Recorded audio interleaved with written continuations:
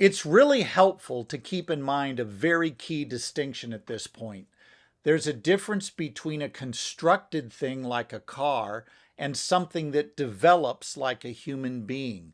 Things that develop do not come into existence piece by piece. Rather, they are already there from the beginning and they simply unfold and become more mature. A car comes into existence part by part, but that's not how human beings come into existence. Human beings come into existence all at once and gradually their capabilities unfold, but their identities are intact from the beginning, unlike the car. One of the common objections pro-lifers get goes like this. Well, it's just your religious view that the unborn are human, and outside of religion, you can't prove that they are persons with rights. Well, my first question is this. Can you say why anything has value and a right to life in a universe that came from nothing and was caused by nothing? I mean, if human beings are cosmic accidents, they're cosmic accidents at every stage of development. And at least people like Peter Singer are honest about that. But a lot of the people you might be talking to don't realize that they are assuming things about human value that they haven't argued for. And sometimes it's very helpful if you can help them see that they're making these assumptions and present to them a better view of the human person that actually can account for equality and value at every stage of development. Living things have inner natures that determine the kind of things they are, and they are identical to themselves through time and change. So the substance view, for example, says that you are identical to the embryo you once were.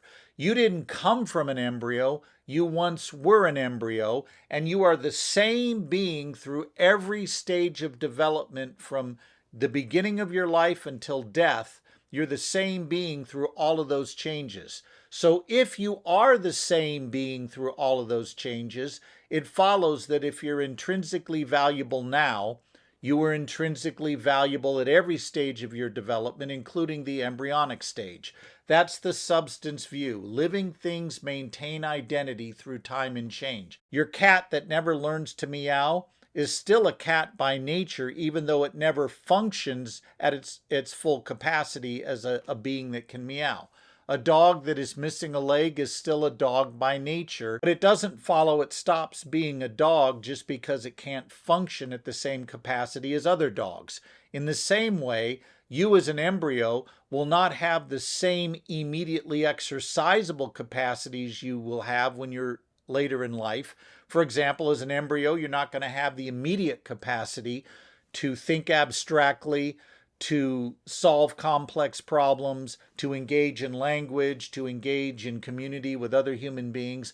But it doesn't follow that because you lack that immediate capacity for those things, that you're not the same being at that stage of development as you are at a more mature stage. No Corvette just shows up on the assembly line and drives its own development forward.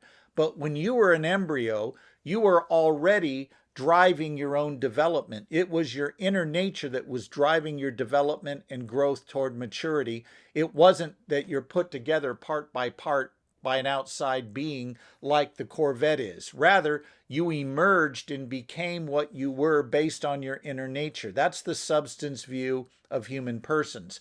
And that is the philosophical grounding for the pro-life view. We are not constructed things like Corvettes. We are substance things that are defined by our inner natures, not the number of parts we might have or functions we can perform. Somebody might come along and say, how can you say that embryo is a living substance when it doesn't even have a brain yet? How can you claim that's a human being with a right to life when there's no brain there? Let me ask a question. Does an embryo need a brain to live? Do you need a brain to live? The answer is yes, you do need a brain to live. But does an embryo need a brain to live? No. An embryo does not need a brain to live because something else coordinates its bodily system so it can function as a substance, as a living being through time and change. Where you need a brain, the embryo doesn't. Something else is giving it its identity through time and change, and we would argue it's its inner nature that was there from the very beginning. Unlike a car that isn't there from the time you put the two parts together, You were there from the very beginning. You just had to grow and develop. That's the substance view. We don't allow a 16-year-old to vote, and we don't allow a 13-year-old to drive a car. So what's wrong with saying that embryos don't have the same right to life that they do when they're older? Here's the problem with that. It is confusing natural rights with merely government, or what we call positive rights. So, for example, I love going to England. However, though I love going to the UK and love visiting the United Kingdom, I do not have a right to vote in the next UK election. But just because I don't have a right to vote in the next UK election does not mean I don't have a right not to be gunned down in the streets of London anytime I visit Trafalgar Square. I have a natural right not to be unjustly harmed that flows from my nature as a human being and is not dependent on what government says I have or don't have. When we claim the unborn have a natural right to life, here's what we're arguing. We are arguing they are a particular kind of living thing, a substance that has value based on its nature, not based on what government says or what it can do at a performance level. Rather, you have your rights based on the kind of thing you are by nature. That's the idea behind the substance view. If you don't have an inner nature that grounds your identity through time and change, in what sense then are you the same being today as you were then when you were born 18 or more years ago?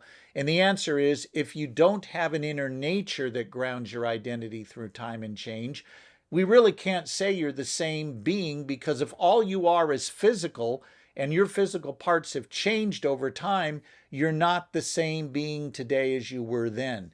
When we say the unborn are substances with a right to life, we're saying that if you are equal and valuable today and you are identical to the embryo you once were, there's been no substantial change to your nature that would disqualify you from having a right to life then as you do now. That's the substance view. And that view can account for human equality. Other views that base it on traits that come and go cannot. Living things like human embryos are not part-like things like a Corvette or a Mustang. Rather, embryos are substances that maintain their identities through time and change. They are the same being at a later stage of development and maturity as they were when they first began. They did not evolve into human beings from embryos. They were human from the beginning, because embryos are identical to the mature adults they will later become.